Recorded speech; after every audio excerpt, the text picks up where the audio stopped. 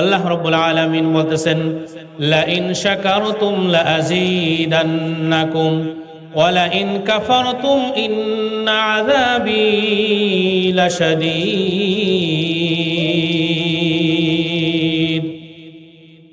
এ আমার বান্দা বান্দিরা, যখন আমার নেয়ামত পাইবা, নেয়ামত পাওয়ার পরে যদি আমার নেয়ামতের কদর করো, নেয়ামতের শুকর করো, লা আযীদান্নাকুম, আল্লাহ রাব্বুল আলামিন এখানে ডাবল তাকিদ দিয়ে বলতেছেন, আমি অবশ্যই অবশ্যই তোমার নেয়ামতকে বাড়াইয়া দিব। বলেন সুবহানাল্লাহ। ওয়ালা ইন কাফারতুম ইন্না আযাবী লাশাদীদ। বান্দা বান্দি, যখন তুমি আমার নিয়ামত পাইলাম, নিয়ামত পাওয়ার পরে যদি নিয়ামতের কদর না করো, আমি রব্বুল আলামিন তোমার নিয়ামত তো বাড়াইব না। ইন্না আযাবী লাশাদীদ, অবশ্যই তোমার জন্য আমি পরকালে কঠিন থেকে কঠিন শাস্তির ব্যবস্থা করে রেখেছি। এজন্য সর্ব অবস্থায় আল্লাহ রব্বুল আলামিনের নেয়ামতের কদর করতে হবে, নেয়ামতের শুকর আদায় করতে হবে। আল্লাহ রব্বুল আলামিন তোমাকে আমাকে এই পর্যন্ত যে বাঁচিয়ে রাখছেন, এটা আল্লাহ রব্বুল আলামিনের অনেক বড় নেয়ামত, ফজল করম। তুমি একটু তাকাইয়া দেখো রে মন, তোমার চেয়ে আমার চেয়ে বয়সে কত ছোট ছোট যুবকরা, কত ছোট ছোট বাচ্চারা আজকে দুনিয়াতে তারা নাই। রব্বুল আলামিনের ডাকে সাড়া দিয়ে তারা পরকালে চলে গেছে। কিছুদিন 6 মাস আগের ঘটনা দেখো, যে এই দেশের মধ্যে ছাত্র জনতা, হাজার হাজার ছাত্র জনতা, তারা আজকে দুনিয়াতে নাই। তারা আজকে দেশের জন্য জীবন দিয়ে পরকালে চলে গেছে।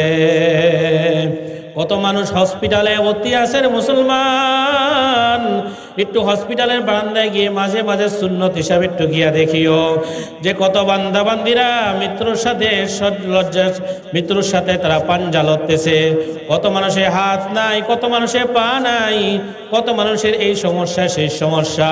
রব্বুল আলামিন তোমাকে আমাকে সুস্থ রাখছে, ভালো রাখছেন। আল্লাহ রব্বুল আলামিনের নিয়ামত এই জন্য বেশি থেকে বেশি শুকরিয়া আদায় করো।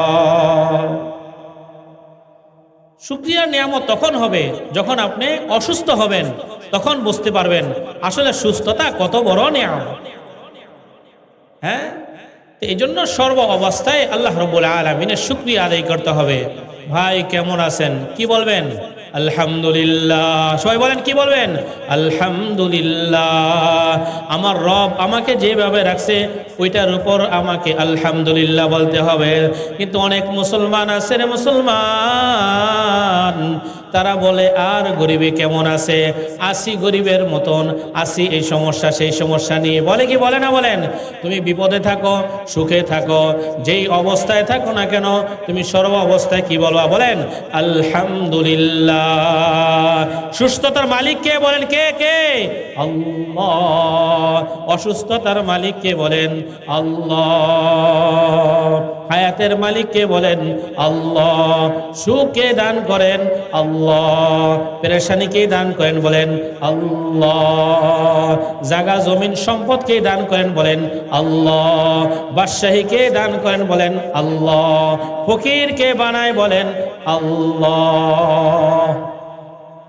কিন্তু অনেক মুসলমান আছে যে বলে, হুজুর আমার তো কোটি কোটি টাকার মালিক না, আমার তো গাড়ি নাই, আমার তো বাড়ি নাই, আমার তো ক্ষমতা নাই, আমি কোন হিসাবে শুকরিয়া আদায় করব? এ মুমিন মুসলমান যুবক, তুমি একটু তোমার নিজের দিকে তাকাইয়া দেখো রে মুসলমান, তোমাকে রব্বুল আলামিন তোমার এই 3.5 হাত বটির মধ্যে যে নিয়ামতগুলো দান করছেন, এই নিয়ামতের শুকরিয়া তুমি আদায় করে শেষ করতে পারবা না। পারবা? পারবা না। আমি আপনি যে কথা বলতেছি মুসলমান, এই কথা বলার বাক শক্তি কে দেখছেন? কে দান করছেন? বলেন কে দান করছেন? আল্লাহ। অনেক মুসলমান আছে অঙ্গ প্রত্যঙ্গ সব কিছু ঠিক আছে, কিন্তু মুখে কথা বলতে পারে না। আছে কি? আছে না ভাই? অনেক আছে ভাই। আমি ভোবা, আমি কথা বলতে পারি না। রব তো তাকে সব দিছে, কিন্তু কথা বলার শক্তি রব দেয় নাই। অনেক মানুষ আমরা দেখি রাস্তাঘাটে বাজারে ঘাটে বিভিন্ন জায়গায় দেখি অঙ্গ প্রত্যঙ্গ সব কিছু ঠিক আছে, কিন্তু রব্বুল আলামিন তাকে দুইটা চোখ দেয় নাই। অন্ধ ব্যক্তি কাঁদে আর বলে, ভাই আমাকে 2টা টাকা দিয়ে যান ভাই, আমি দুনিয়াটা অন্ধকার দেখি। দুনিয়াটা পুরা কালো আর অন্ধকার দেখে, কোনো কিছু সেই দেখে না। এই যে রব্বুল আলামিন তোমাকে আমি চোখ দিছে, এই যে মুখ দিছে, কথা বলার শক্তি দান করছেন, হাত দান করছেন, পাও দান করছেন, ভালো মন্দ চিন্তা ভাবনা করার যে শক্তি রব্বুল আলামিন আমাকে দান করছেন, সবাইকে কিন্তু আল্লাহ রব্বুল আলামিন দান করেন নাই। অনেক মানুষ এমন আছে রাস্তাঘাটের মধ্যে হাত পা কত পতঙ্গ সব কিছু ঠিক আছে, কিন্তু লোকটার ব্রেনের সমস্যা, এই জন্য পাগল হয়ে গেছে, রাস্তায় রাস্তায় উলঙ্গ হয়ে ঘরে, তার খাওয়া দাওয়া নাই, ঘুম নাই, সে সারা দেশের মধ্যে ঘুরে আছে। কি আছে না বলেন? তো তুমি তোমার নিজের দিকে একটু তাকাইয়া দেখো, তুমি তোমার এই নফসের দিকে তাকাইয়া দেখো, তোমার অঙ্গ প্রত্যঙ্গের দিকে তুমি একটু তাকাইয়া দেখো রে মন, রব্বুল আলামিন তোমাকে কত নিয়ামত দান করছে। তুমি একটু খুশিয়া যদি রবকে ডাক দিতা, আলহামদুলিল্লাহ, রব তোমার প্রতি খুশি হয়ে রব্বুল আলামিন আরো নিয়ামত বাড়ায় দিত। কিন্তু রবের নিয়ামত পেয়ে তুমি রবের সাথে তুমি নাফরমানি করো, রবের বিরুদ্ধে অভিযোগ করো, আল্লাহ আমাকে এটা দেয় নাই, আল্লাহ আমাকে সেটা দেয় নাই, এটা করে নাই, সেটা করে নাই, কত অভিযোগ করছে। রব্বুল আলামিন সূরা ইব্রাহিমের 34 নম্বর আয়াতে বলতেছেন, ওয়া ইন তাউদ্দু নি'মাতাল্লাহ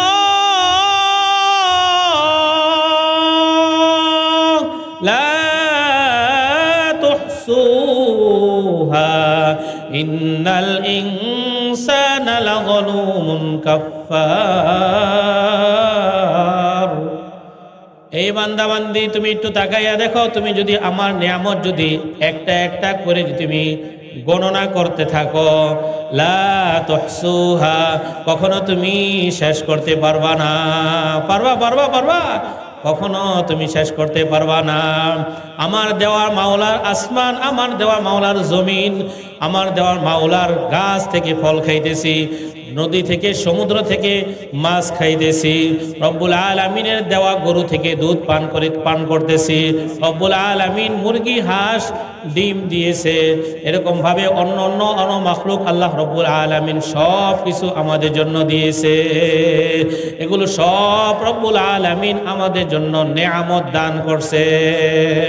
তো আল্লাহ বলতেছেন, ওয়া ইন তাউদ্দু নি'মাতাল্লাহি লা তুহসুহা। এই বান্দা বান্দি তুমি একটু চোখটা খুলে দেখে দেখো, তুমি যেদিকে তাকাও সেদিকেই আমার নিয়ামত, আমার নিয়ামত আর নিয়ামত। আমার এত নিয়ামত পাওয়ার পরে যদি তুমি আমার শুকর আদায় না করো, ইন্না আযাবি লাশাদীদ। হে বান্দা বান্দি তুমি জেনে রাখো, আমি রব্বুল আলামিন তোমার জন্য পরকালে কঠিন শাস্তির ব্যবস্থা করেছি। রব্বুল আলামিন এই আয়াতের মধ্যে কি শাস্তির ব্যবস্থা করছেন সেটা রব্বুল আলামিন উল্লেখ করেন নাই। শাস্তি রব্বুল আলামিন পরকালে দিবেন, কিন্তু নিয়ামত থেকে আল্লাহ রব্বুল আলামিন যে নিয়ামত তুমি পাইছো, ওই নিয়ামতের শুকর না আদায় করলে রব্বুল আলামিন সর্বপ্রথম ওই নিয়ামত তোমার থেকে ছিনাই নিয়ে যাবে। এই জন্য ভাই সর্ব অবস্থায় রবের শুকরিয়া আদায় করতে হবে। সুখে থাকি, দুঃখে থাকি, কষ্টে থাকি, মুসিবতে থাকি, ফকির অবস্থায় থাকি, ধনী অবস্থায় থাকি, যেই অবস্থায় থাকি না কেন, কার শুকরিয়া আদায় করব বলেন? কার শুকরিয়া? কার? আল্লাহর শুকরিয়া আদায় করতে হবে। রব আমাকে যেই অবস্থায় রাখুক ওই অবস্থায় আলহামদুলিল্লাহ। ঠিক আছে তো ভাই, ইনশাল্লাহ। তো আজকে আমরা এখান থেকে শিক্ষা নিব যে যখন আমি কথা বলবো ভাই কেমন আছেন, তখন কি বলবো বলেন? আলহামদুলিল্লাহ। সুস্থতাও আল্লাহ রব্বুল আলামিনের নিয়ামত, অসুস্থতাও আল্লাহ রব্বুল আলামিনের নিয়ামত। এই জন্য সর্ব অবস্থায় মাওলার শুকর আদায় করতে হবে। তো মাওলা খুশি হয়ে যাবেন, আমার নিয়ামত আরো বাড়ায় দেবে। তো আমি যে আপনাদের নিকট আয়াতে কারিমা তেলাওয়াত করছি, সূরা বাকারার প্রথম আয়াত একবারে আল্লাহ রাব্বুল আলামিন কালামুল্লাহ শুরুতেই আল্লাহ রাব্বুল আলামিন বলতেছেন, আলিফ লাম মিম যালিকাল কিতাবু লা রাইবা ফীহি হুদাল লিল মুত্তাকিন। আলিফ লাম মিম আল্লাহু আ'লামু বিমুরাদি, এর অর্থ আল্লাহ রাব্বুল আলামিন ভালো জানেন। যালিকাল কিতাব, আল্লাহ বলতেছেন এটা হলো এমন কিতাব, লা রাইবা ফি আই লা শাক্কা ফি, এই কিতাবের মধ্যে কোনো পরিমাণ বিন্দু পরিমাণ কোনো সন্দেহ নাই। হুদাল লিল মুত্তাকিন, আল্লাহ বলতেছেন এই কিতাব হলো মুত্তাকিনের জন্য হেদায়েত স্বরূপ। তো এই কোরআনের মধ্যে রব্বুল আলামিন সর্বপ্রথম চ্যালেঞ্জ করতেছেন এই কিতাবের মধ্যে, কোরআনের মধ্যে কোনো সন্দেহ নাই। সন্দেহ আছে? বলেন আছে? পুরা কোরআন শরীফের মধ্যে কোনো সন্দেহ নাই। পৃথিবীর মধ্যে যত লেখকরা কিতাব লেখে সবাই বলে আমার কিতাবের মধ্যে যদি কোনো সন্দেহ থাকে তাহলে আমাকে অবশ্যই জানাবেন, পরবর্তীতে আমি সংশোধন করে দিব। সুতরাং আল্লাহ রাব্বুল আলামিন কোরআনের শুরুতেই চ্যালেঞ্জ করতেছেন যে আমি রব্বুল আলামিন চ্যালেঞ্জ করলাম এটা এমন কিতাব যার মধ্যে কোনো সন্দেহ নাই, কোনো ভুল নাই, কিছুই নাই। তো এই কোরআনের প্রথম থেকে নিয়ে শেষ পর্যন্ত সব কিছু শর্ত। বিশ্বাস হয়? বিশ্বাস হয়? বিশ্বাস হয়? বিশ্বাস করতে হবে মুসলমান। এজন্য রব্বুল আলামিন কোরআনের মধ্যে জান্নাতের কথা বলছেন, জাহান্নামের কথা বলছেন, সুদের কথা বলছেন, ঘুষের কথা বলছেন, মানুষের ইনসাফের কথা বলছেন, মানুষের হকের কথা বলছেন, ওয়ারিসদের হকের কথা বলছেন, জিহাদের কথা বলছেন। দিন প্রতিষ্ঠার ক্ষেত্রে আল্লাহ রাব্বুল আলামিন আয়াত নাজিল করছেন, নামাজের কথা, রোজার কথা, সমস্ত কিছু আল্লাহ রাব্বুল আলামিন কোরআনের মধ্যে বলে দিয়েছেন। এই জন্য কোরআনের সব কিছুই কি ভাই সত্য, সব কিছু মানতে হবে। তো আল্লাহ রাব্বুল আলামিন সব কিছু যেহেতু শর্ত, সব কিছুই আমাদের বিশ্বাস স্থাপন করতে হবে। আল্লাহ রাব্বুল আলামিন যে আমি বলছিলাম যে আল্লাহ রাব্বুল আলামিন বলছেন লা ইন শাকারতুম লা আযীদান্নাকুম ওয়া লা ইন কাফারতুম ইন্না আযাবি লাশাদীদ। হে আমার বান্দা বান্দীরা, যখন আমার নিয়ামত পাও, নিয়ামত পাওয়ার পরে যদি নিয়ামতের শুকর আদায় করো, আমি রব্বুল আলামিন তোমার নিয়ামতকে আরো বৃদ্ধি করে দিব, বাড়াইয়া দিব। আমার নিয়ামত পাওয়ার পরে যদি তুমি শুকর আদায় না করো রে মুসলমান, নিয়ামত তোমার থেকে ছিনাইয়ে নিব, বরঞ্চ তোমাকে কঠিন শাস্তির পাকড়াও করব। এত নিয়ামত পাওয়ার পরে যদি আমার মাওলার নিয়ামত পাওয়ার পরে যদি নিয়ামতের যদি শুকর আদায় না করো, রব্বুল আলামিন বলবেন আমার ও বান্দাকে ধরো। আমার সমস্ত সেই নিয়ামত ভোগ করছে, রব্বুল আলামিন বলবেন হে আজরাইল ওকে আজকে ধরে আনো, আনার পরে ওর হাতে পায়ে শিকল মধ্যে লাগাও। রব্বুল আলামিন আমি ওকে দুনিয়াতে অসংখ্য অসংখ্য লক্ষ লক্ষ গ্লাস পানি পান করাইছি। রব্বুল আলামিন অসংখ্য আমি তাকে ডিম খাওয়াইছি, দুধ খাওয়াইছি, গোশত খাওয়াইছি। এত কিছু পাওয়ার পরও সে আমার হুকুম মানে নাই। গরুর বাচ্চাটা যখন হয়েছে, কিছুদিন পর যখন বাচ্চাটা যখন দুধ দেওয়া শুরু করছেন, বাচ্চাটাকে তখন এক জায়গার মধ্যে রশি দিয়া বাইন্দা মাকে অপর জায়গায় আইনা এরপরে দুধ দহন করছেন মুসলমান। বাচ্চাটা কেমন জানে রাখ দিয়ে আর বলে আমাকে আমার জন্য একটু দুধ রাখো।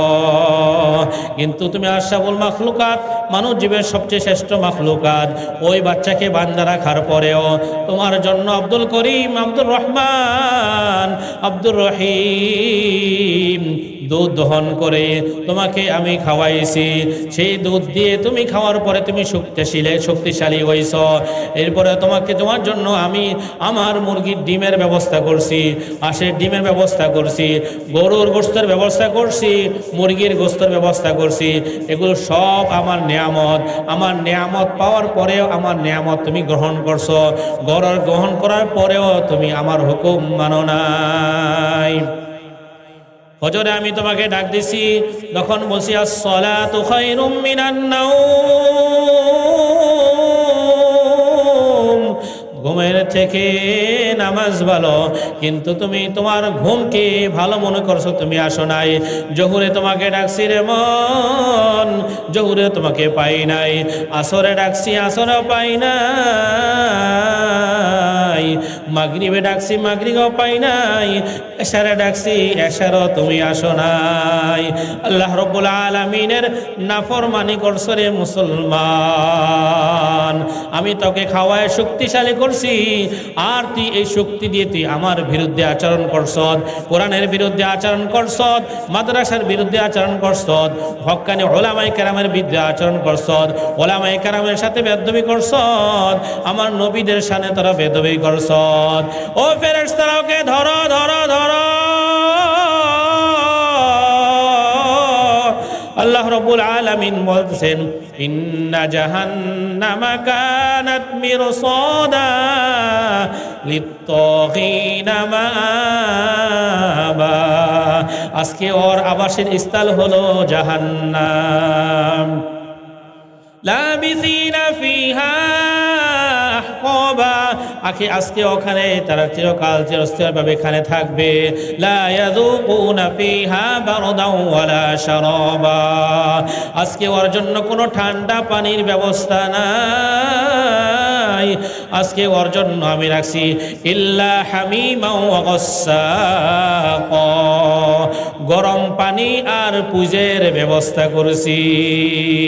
আমি দুনিয়াতে ওকে গরমের সময় ঠান্ডা পানি খাওয়ায়া ওকে আমি শীতল করছি, ওকে আমি শক্তিশালী করছি। গরমের সময় ঠান্ডা পানি খেলে ওর ঠান্ডা লেগে যাবে, এজন্য আমি ওর জন্য গরম পানির ব্যবস্থা করছি। আমি সমস্ত নাজ নিয়ামত আজকে ওকে আমি দান করছিলাম দুনিয়াতে থাকা অবস্থায়, কিন্তু সে আমাকে একটু আয়েশা আল্লাহ বলে ডাক দেয় নাই। ওলামায়ে কেরামরা কত হাতে পায়ে যারা বুঝাইছে, বাবা ফিরো ফিরো ফিরো। দুনিয়া হলো রং তামাশার জায়গা, খেলাধুলার জায়গা। যে দুনিয়া দেখতে না দেখতে শেষ হয়ে যাইতেছে রে মুসলমান। এত বছরের পরও তুমি কেন আল্লাহর পথে আসো নাই? আল্লাহ বলে কেন তুমি ডাক দাও নাই? আল্লাহ ওয়ালাদের মজলিসে কেন আসো নাই রে মুসলমান?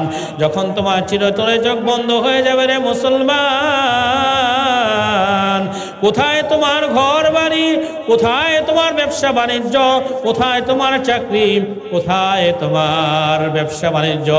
কিছুই নাই, কিছুই নাই, কিছুই নাই। আল্লাহ বাদে কোনো মাবুদ নাই।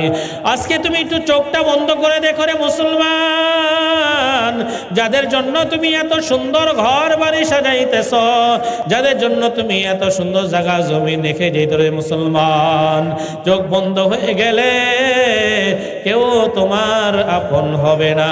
আপন হবে হবে, কেউ আপন হবে না। ছেলে বলবে আমার বাবার লাশ আমি একা পাহারা দিতে পারবো না, মেয়ে বলবে আমার মার লাশ আমি একা পাহারা দিতে পারবো না। কেমন জানি ভয় ভয় লাগে রে মন। এই স্ত্রীকে, যে স্ত্রীকে এত মায়া মোহাব্বত করতা রে মন, আজকে স্ত্রী ঘর থেকে বের করে দিবে, বলবে আমার স্বামীর লাশ আমি একা পাহারা দিতে পারবো না। তাড়াতাড়ি বের করো, তাড়াতাড়ি বের করো। ঘরের মধ্যে যদি এই লাশ রাখো পচিয়া যাবে, পেট ফুলিয়া যাইবে। তাড়াতাড়ি ঘর থেকে বের করে তাড়াতাড়ি কবরের মধ্যে রেখে আসরে মুসলমান। ধরাধরি করিয়া তোমাকে আমাকে ঘর থেকে বের করে দেবে রে মুসলমান। ছেলে কানবে বাবা বলে, মেয়ে কানবে বাবা বলে, মন জবাব তো আর তুমি দিতে পারবা না। মসজিদের মাইকে এলান আসবে, অমুক ব্যক্তি আর নাই, নাই নাই নাই নাই, বাড়িওয়ালা নাই রে বাড়ি, নাই রে দুনিয়াতে, কেউ নাই, আমার বন্ধু বান্ধব নাই, আমার আত্মীয় স্বজন নাই, কেউ নাই, কেউ নাই। উঠানের মধ্যে তোমাকে আমাকে সকলে রাইখা সকলে যার যার কাজে ব্যস্ত হয়ে যাইবে। কেউ যাবে কবরস্থানের মধ্যে কবর করার জন্য, কেউ যাবে বাজারের মধ্যে বাঁশ কাটার জন্য, কেউ যাবে আবার কাপড় কেনার জন্য, কেউ তোমাকে আমাকে আবার গরম পানি দিয়ে শেষ গোসল দেওয়ার জন্য ব্যস্ত হইয়া যাইবে। মসজিদ থেকে পালকি নিয়ে মশারির নিচে শোয়াইয়া তোমাকে আমাকে জীবনের শেষ গোসল করাইয়া দিবে। নাকে কানে তুলা লাগাইয়া জীবনের শেষ গোসল করাইবে। জীবনে তুমি আমি কত গোসল করছি রে মন, কিন্তু কখনো কিন্তু বরের পাতার গরম পানি দিয়ে গোসল করি নাই। আল্লাহু আকবার, কে কে গোসল করাইতেছে তাও কিন্তু মন আমি দেখতে আসি রে মন। আল্লাহু আকবার, গোসল শেষ করিয়া নাকে কানে তুলে লাগাইয়া তিনটা কাপড় দিয়ে তোমাকে আমাকে প্যাকেট করে ফেলাইবে। মাথার মধ্যে একবার, মাজার মধ্যে একবার, পায়ের মধ্যে একবার। মাথার বান্দে বুঝা গেল ওরে মন, আর কোনো দিন মাথা উঠার শক্তি নাই। বাজার বান্দে বুঝা গেল ওরে মন, আর কোনো দিন উঠে বসার শক্তি নাই। পায়ের বান্দে বোঝা গেল ওরে মন, আর কোনো দিন পায়ে হাঁটার শক্তি নাই। ধরাধরি করে তোমাকে আমাকে বাড়ির থেকে নিয়ে কবরের মধ্যে নিয়ে যাবে। আল্লাহু আকবার, মাথার পাশে একজন, পায়ের পাশে একজন, ফাল দিয়া নামিয়া মাজার নিচে গামছা লাগাইয়া ধরাধরি করিয়া তোমাকে আমাকে কবরের মধ্যে শোয়াইয়া দিবে। বানগুলো আস্তে আস্তে খুলিয়া দিবে, ফাল দিয়ে কবর থেকে উঠিয়া যাইবে রে মন। বাঁশের ছাউনি দেওয়া শুরু হয়ে গেল, হুগলা পাতা দেওয়া শুরু হয়ে গেল। এখন একটা চোখটা খুললা দেখো রে মন। ডাইনে মাটি, বামে মাটি, উপরে মাটি, নিচে মাটি। মাটির হবে বিছানা, উপরেতে চাপা মাটি, ভাইগা যাওয়ার জায়গা নাই। কবর তোমাকে আমাকে প্রতিদিন থাকে আনা বাইতুল ওয়াহদা, আনা বাইতুল যুলমা, আনা বাইতুদ দূর। আমি একাগ্রতার ঘর, আমি সাপ বিচ্ছুর ঘর, আমি অন্ধকারের ঘর। এই ঘরের মধ্যে কোনো পরিচয় চলবে না।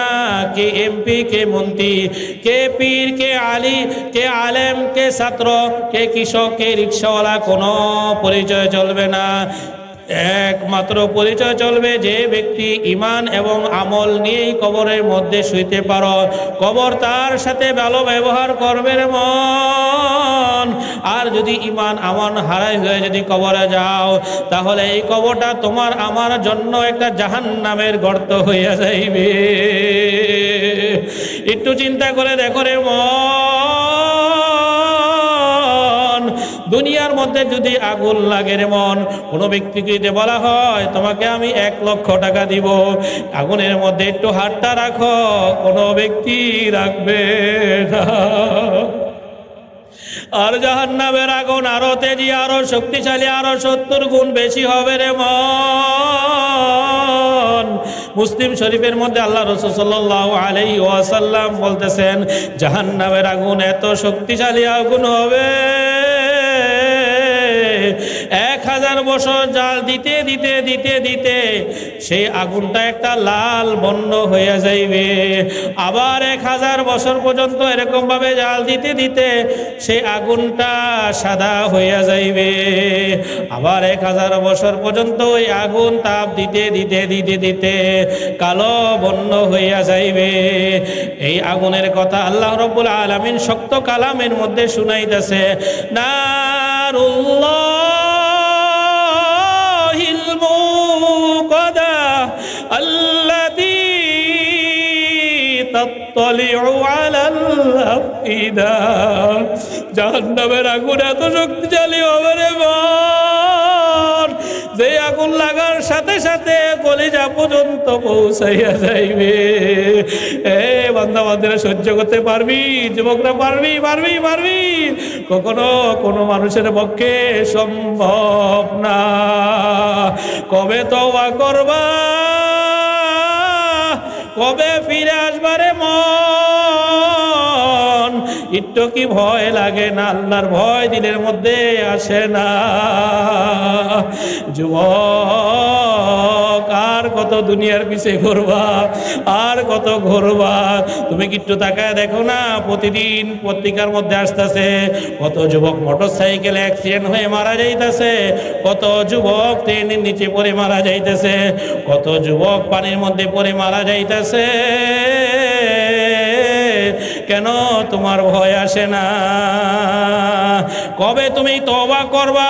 কবে তুমি মাওলার দরবারে তওবা করে গুনাহমুক্ত হইয়া যাইবা?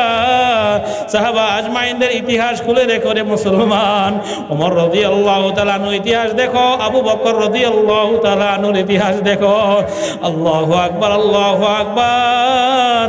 তারা আশারা মুবাশশারার মধ্যে যারা 10 জন সাহাবী, তারা দুনিয়া থাকা অবস্থায় তারা জান্নাতের সার্টিফিকেট পেয়ে গেছে। এরপরেও তারা মাওলার দরবারে কাঁদছে আর পানি পালাইছে, মাওলা গো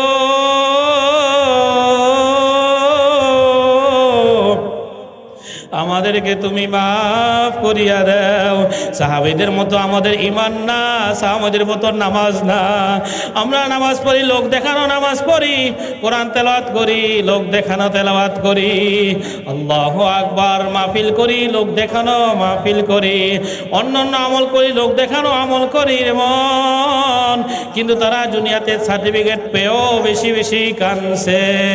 আল্লাহ রাসূল সাল্লাল্লাহু আলাইহি ওয়াসাল্লাম মেরাজের রাতের মধ্যে দেখছেন এক ব্যক্তি লোক, কিছু লোক সংখ্যক এরকম ভাবে তারা নিজেদের গোশতগুলোকে নখ দিয়ে তারা খামছে নিজে নিজে তারা ভক্ষণ করতেছেন। আল্লাহ রাসূল সাল্লাল্লাহু আলাইহি ওয়াসাল্লাম জিজ্ঞাসা করলেন, ভাই জিবরাইল এরা কারা? আল্লাহ রাসূল সাল্লাল্লাহু আলাইহি ওয়াসাল্লাম জিবরাইল আলাইহিস সালাম জিজ্ঞাসা করলেন, জিবরাইল আলাইহিস সালাম বলতেছেন, আল্লাহর রাসূল আপনার ওই সমস্ত উম্মতরা যারা দুনিয়াতে থাকা অবস্থায় অপর ভাইয়ের দোষকে তারা প্রশংসা করত, তারা গীবত করত। আল্লাহ রাব্বুল আলামিন বলতেছেন, ওয়ালা তাজাসসু ওয়ালা ইয়াগতাব বা'দুকুম বা'দা আইউহিব্বু আহাদুকুম আন ইয়াকুলা লাহমা আখিহি মাইতান ফাকারিহতুমু। এর দোষ তালাশ করিও না, তোমরা এটা কখনো পছন্দ করবে না তোমার ভাইয়ের গোশত তুমি ভক্ষণ করবা। আল্লাহ বলেন ফাকারিহতুমু, এটা কখনো তোমরা পছন্দ করবা না। কিন্তু আমাদের মধ্যে এত দুশ্চর্চা, কে কি করলাম না করলাম। চার দোকান হলো বর্তমানে সংসদ ভবন, এই ভবনের মধ্যে বৈশা এলাকার মধ্যে কে কি করে না করে, কার ছেলে কার মেয়ে কি করে। বিশেষ করে মহিলারা একসাথে হইলে গীবত শেখায়াতের চেষ্টা বেশি হয় রে মুসলমান। আল্লাহ রাসূল সাল্লাল্লাহু আলাইহি ওয়াসাল্লাম যখন একটু সামনে গেলেন, দেখার পরে দেখেন জাহান্নামের মধ্যে এরকম ভাবে রক্তের মধ্যে হাবুডুবু খাইতেছে আর পাথর বানায় বানায় লোকমা খাইতেছে। আল্লাহ রাসূল জিজ্ঞাসা করলেন, এরা কারা? বলে এরা হলো আপনার ওই সমস্ত বান্দার বান্দিরা যারা দুনিয়াতে থাকা অবস্থায় সুদ খাইতো। মুসলমান আজকে দেখো আমাদের মধ্যে কত মুসলমানরা সুদ খাইতেছে, এটা কোনো গুনাহই মনে করে না। এরপরে যখন একটু আল্লাহ রাসূল সামনে গেলেন, তখন দেখেন কিছু মানুষ তারা পাথর দিয়ে তাদের শরীরের মধ্যে আঘাত করতেছে, আবার এরকম ভাবে মাথা লেগে যেতেছে একসাথে। জিবরাইল আলাইহিস সালাতু ওয়াস সালামকে জিজ্ঞাসা করলেন, ভাই জিবরাইল এরা কারা? বলা হলো, এরা আপনার ওই সমস্ত বান্দা বান্দিরা যারা ঠিক মতন নামাজ আদায় করতো না। মুসলমান সন্তান আজকে নামাজ পড়ে না, দুঃখ কত কষ্ট রে মুসলমান, তোমার মসজিদে যাইতে তোমার লজ্জা বোধ করে, কিন্তু আমি মসজিদে না গেলে আমার লজ্জা লাগে। তুমি কেমন মুসলমান, তোমার মসজিদে যাইতে লজ্জা করে মুসলমান? আল্লাহ রাব্বুল আলামিন সূরা মুদ্দাসসিরের মধ্যে বলতেছেন, মা সালাকাকুম ফি সাকর ক্বালু লাম নাকু মিনাল মুসাল্লিন। সাকর তোমাদের কোন জিনিসে নিয়ে আসছে? বলছে জাহান্নামের এই জন্য নিয়ে আসছে যে আমরা নামাজ না পড়ার কারণে। এই জন্য আল্লাহ রাসূল বলতেছেন, আল কবর ইম্মা রাউযাতুম মিন রিয়াজিল জান্নাহ, কবরটা কারোর জন্য একটা জান্নাতের বাগান হবে অথবা জাহান্নামের একটা গর্ত হবে। এই জন্য আমরা আজকে এখানে আসি তওবা করে, আল্লাহর ওয়ালার হাতে তওবা করে সামনে জিন্দেগি যেন আমরা ঈমান আমল নিজের মরতে পারি। আল্লাহ আমাদের সকলকে যেন তৌফিক দান করেন। ওয়া আখির দাওয়ানা আলহামদুলিল্লাহি রাব্বিল আলামিন।